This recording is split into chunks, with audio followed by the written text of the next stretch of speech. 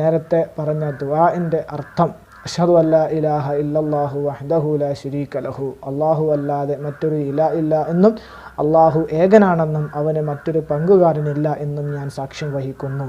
വ അഷ്ഹദു അന്ന മുഹമ്മദൻ അബ്ദുഹു വ റസൂലുഹു, മുഹമ്മദ് നബി സല്ലല്ലാഹു അലൈഹി വസല്ലമ അവൻ്റെ അടിമയും റസൂലുമാണെന്നും ഞാൻ സാക്ഷ്യം വഹിക്കുന്നു.